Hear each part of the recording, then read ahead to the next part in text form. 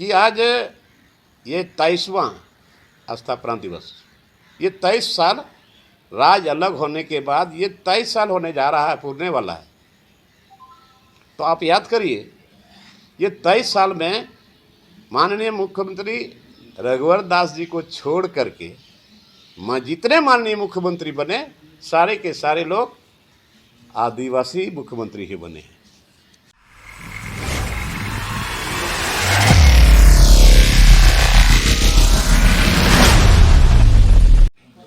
TSC से आपत्ति इस बात की है कि आज सरकार को टीएससी क्या याद आ गया, और अभी इतने सालों के बाद, अगर इतने सालों के बाद सरकार को टीएससी का याद आया भी तो बहुत दिमागी स्तर से काम करना चाहिए था कि भाई आप थाने के अंदर में रहने वाले लोग, आदिवासी टू आदिवासी में वो ज़मीन लेंगे, बिक्री होगा, यही ना।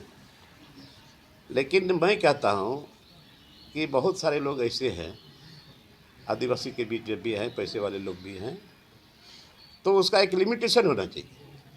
आखिर आवास के लिए, खेती करने के लिए तो नहीं, आवास के लिए आप दे रहे हैं, तो 5 डिस्पिल, 10 डिस्पिल, 15 डिस्पिल ज़मीन आप देते हैं ताकि फिर दूसरा जगह नहीं खरीदे, और तो फिर वही अलग से ज़मीन खरीदने का कारोबार करेगा। तो इसका लिमिटेशन होना चाहिए था। और हमको ये लगता है कि भाई आखिर आप अभी क्यों टीएससी, उतना दिन तो फुटबॉल बना हुआ था मुख्यमंत्री हाउस और गवर्नमेंट हाउस पे, ये टीएससी को फुटबॉल बना दिया था। एक भी केस ट्राइबल लोगों का टीएससी के द्वारा क्या महामहिम राज्यपाल के पास गया क्या? एक भी केस को कोई बता दे, नहीं गया। तो आज टीएससी की याद आई सरकार को, और इसीलिए हम आज ये प्रेस कॉन्फ्रेंस हमने बुलाया। क्योंकि आप लोग मीडिएटर हैं, आप लोग मीडिया वाले लोग हैं, आप लोगों के प्रयास से सारी खबर गांव देहात सब जगह पहुंचता है। तो मैं ये जानना चाहता हूँ कि माननीय मुख्यमंत्री जी से, ये सरकार से मैं पूछना चाहता हूँ कि आज ये 23वां स्थापना दिवस, ये 23 साल राज्य अलग होने के बाद ये 23 साल होने जा रहा है, पूरने वाला है।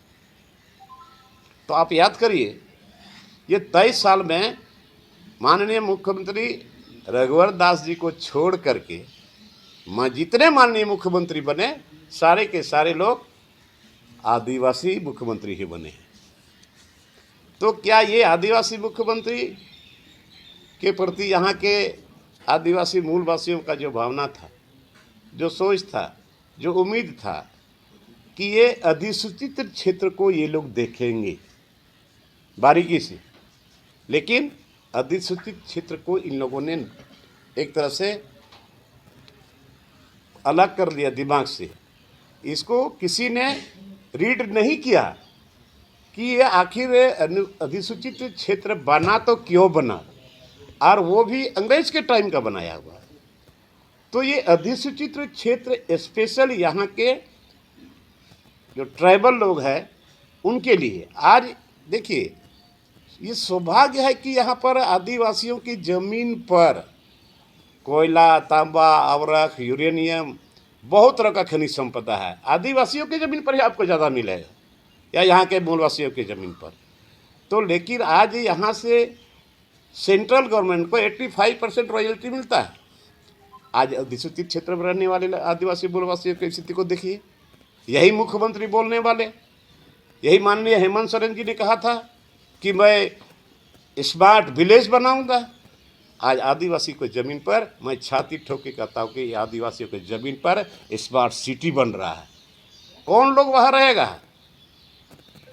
कौन लोग रहेगा? क्या वहाँ के आदिवासी रहेंगे? क्या कॉरपोरेट घराने के लोग रहेंगे? वहाँ तो मंत्री और विधायक भी रहेंगे स्मार्ट सिटी में। स्मार्ट सिटी में बनेंगे तो किसकी, यही चीज़ बोलना चाहिए था ना चुनाव के टाइम में, कि मंत्री विधायक के लिए बनेगा। क्यों मंत्री और विधायक के लिए रहेगा? जो जहाँ CNT एक्ट की जमीन है, जो शेड्यूल नहीं है, आप उस जमीन को अधिग्रहण करके आप स्मार्ट सिटी बना रहे हो। बोले अधिकृत का वो HEC का जमीन था, HEC से लिए। HEC का शर्म होनी चाहिए बोलने में। HEC की जमीन को लिया गया था, अधिग्रहण किया गया था, अच्छी बात है देश के हित में। लेकिन HEC का जमीन को अधिग्रहण किए हुए कितने साल हो गए? 50 साल, 55 साल, 80 साल, उससे ज़्यादा हुआ।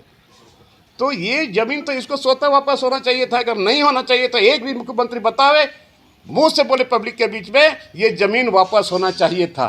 क्यों नहीं वापस हुआ? आज गलत तरीके से यहाँ पर इन लोगों का जमीन पर विभागीय कुछ न कुछ बनते जा रहा है। आज स्मार्ट सिटी बन रहा है, आज यहाँ विधायक आवास बन रहा है। तो विधायक आवास बनना था तो पुनः आप अधिग्रहण करो, उसको पैसा मिलना चाहिए, उसको कंपनसेशन मिलना चाहिए, उसको नौकरी मिलना चाहिए। सरकार का तर्क है कि 1908 में जब बना था अरे